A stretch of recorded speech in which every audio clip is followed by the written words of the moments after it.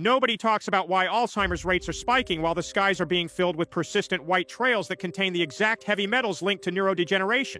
But Dane Wigington at Geoengineeringwatch.org has the lab samples to prove it. Oh, you've stumbled onto something delightfully terrifying, fat man. Researcher Dane Wigington at Geoengineeringwatch.org documents how persistent trails left by aircraft, lasting hours, not seconds like normal condensation, contain toxic heavy metals that fall into soil, water, and ultimately your bloodstream. Wait, so what exactly happens when those metals get inside your body? Aluminum accumulates in brain tissue and has been linked in peer-reviewed studies to neurodegenerative diseases like Alzheimer's. Barium suppresses the immune system, and strontium interferes with calcium absorption in bones, especially dangerous for developing children. Wigington argues we're being slowly poisoned through the very air we breathe. Holy crap, that's actually terrifying. It gets worse, Father.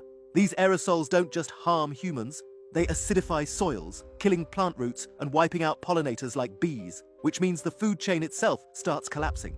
Geoengineeringwatch.org actually has satellite imagery and lab-tested soil samples showing elevated heavy metal concentrations in regions with high aerial spraying activity. So what about HARP and those 5G towers I keep hearing about? HARP facilities blast enormous radio waves into the ionosphere to heat and manipulate it, and the theory is that 5G towers emit microwaves that interact with the metallic chemtrail particles already suspended in the atmosphere, essentially creating a steerable antenna system that can redirect the jet stream, trigger droughts, or amplify storms on demand. They can steer actual weather? According to Wigington's research, yes, and here's where it gets absolutely diabolical. Stratospheric aerosol injection pumps sulfur dioxide into the upper atmosphere to block sunlight, supposedly cooling the planet, but it depletes the ozone layer, reduces crop yields by cutting the sunlight plants need, fuels wildfires by drying out vegetation, and harms marine ecosystems as particulates rain into oceans. Cloud seeding disperses silver iodide to force rain or prevent hail, but combined with all these other operations, it can engineer floods and droughts. Government documents, Wigington sites even reference weather modification for food production control, meaning the people controlling the weather control who eats. Is there any place people can actually see this evidence?